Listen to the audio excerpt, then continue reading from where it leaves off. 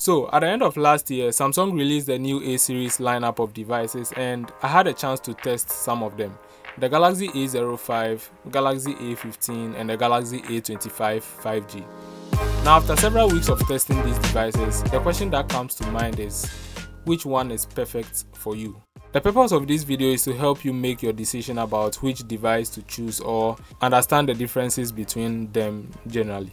The Galaxy A05 is priced at $129, which is about 1,600 Ghana cedis if you are here in Ghana. The Galaxy A15 is also priced around $140 and the Galaxy A25 5G is priced at $247. The Galaxy A05 has a plastic back with a glass-like design and this somehow makes the device feel premium in hand. The Galaxy A15 shares a similar design with no visible texture, but when you take a look at the Galaxy A25, it also features a plastic back but with smaller square patterns and it looks very nice.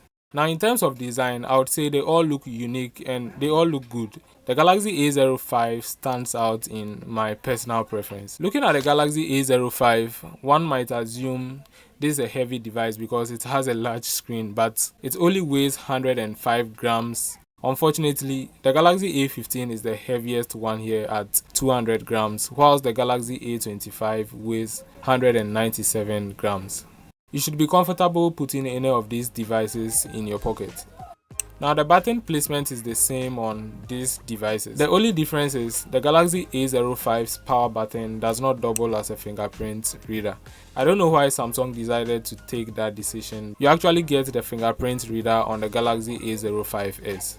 On the left side is the SIM slot. Both the Galaxy A15 and Galaxy A25 have a hybrid SIM slot, whilst the Galaxy A05 has a dual nano SIM slot with SD card slots. At the bottom, you will find a USB Type-C port, two microphones, a 3.5mm headphone port, and a speaker grill. However, the speaker grill design on the Galaxy A15 and A25 look different from the Galaxy A05. When it comes to sound quality, sound is very important. So when it comes to sound quality, the speakers sound much louder and better on the Galaxy A15 when compared to its previous predecessor, which is the Galaxy A14.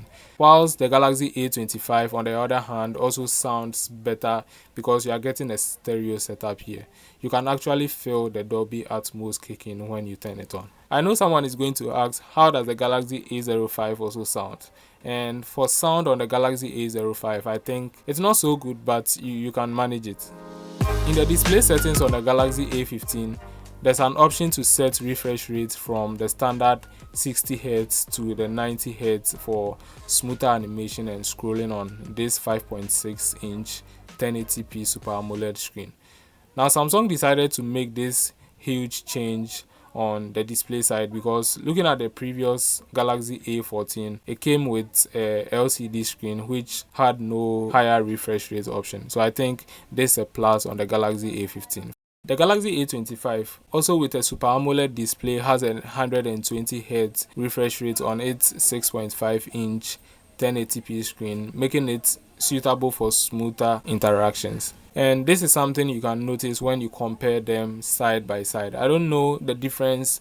I can't see much of a difference when I compare the 90 and 120 Hz on the 15 and 25. But when you compare this to the A05, you can actually see the difference here.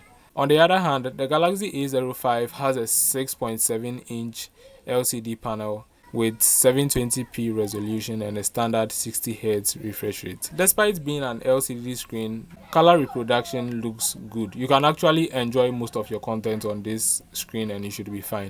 So as I said earlier, the Galaxy A15 comes with a Super AMOLED display but misses that one feature we all want. There's no always on display option even if you go through the settings. The only feature that you get with this screen, even though this is a Super AMOLED screen, you only get to turn on show charging information and you can actually decide to turn this off if you don't want to have it turned on. Overall, the displays on this device are impressive and very responsive, with the A15 and A25 providing a smoother experience.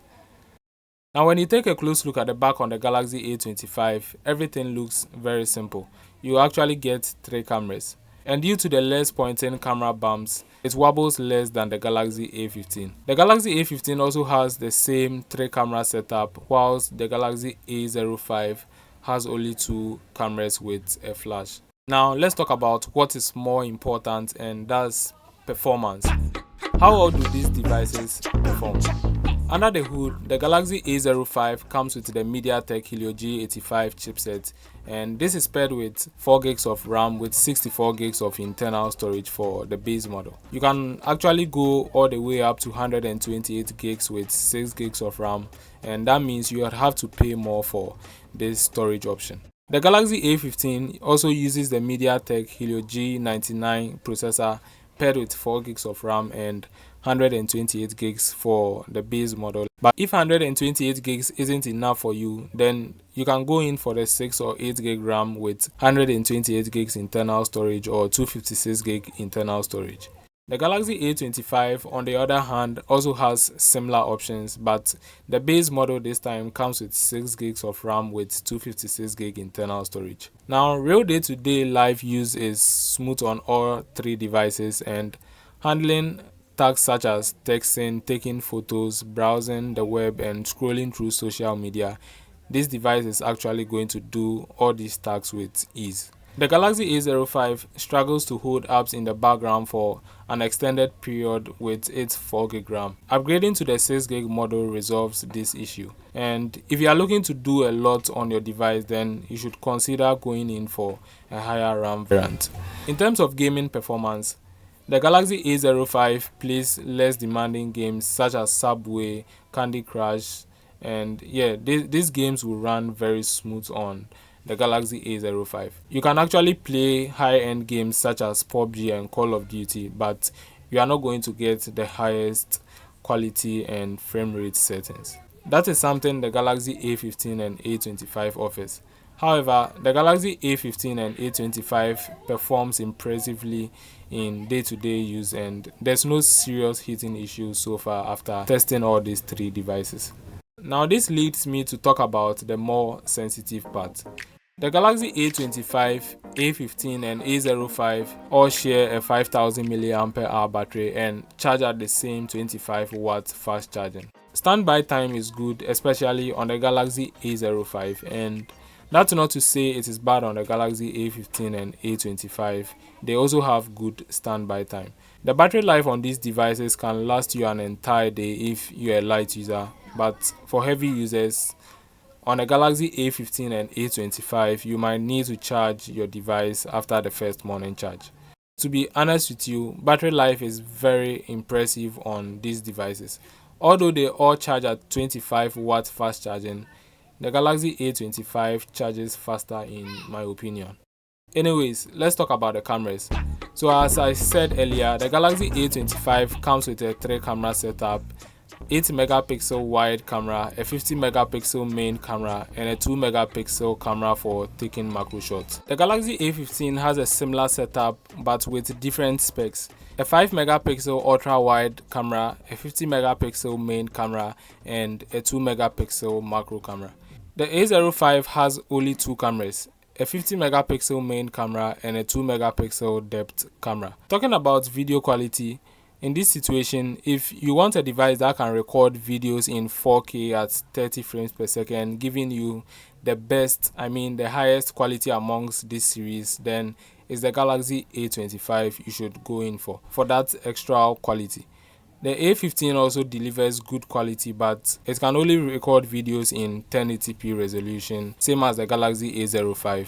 The only advantage the A05 has over the A15 is it can record videos even in 1080p at 60 fps, and that's something the Galaxy A15 cannot do. It's only record videos at 30 fps, but that shouldn't be a huge problem, because if you are not recording videos in 60 to slow them down in your edits, then it's not necessary to even worry about this at all. Generally, I would say the A25 performs better when it comes to video, but the Galaxy A15 also takes good photos.